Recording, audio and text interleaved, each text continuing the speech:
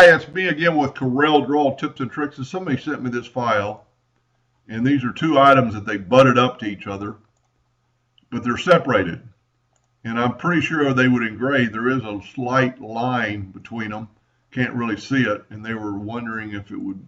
I mean, this isn't what they would be joining, but as you can see, if we do this, left click, right click, there are actually two boxes. How to get rid of those two boxes. I'm going to put it back to this. I'm going to go and select them both and go to range and combine them. But we still got that line there because we still got some nodes. I'm going to double click on this line and make a node, and I'm going to draw it out.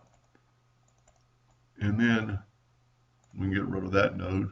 Just select those two nodes and go right here to break curve apart.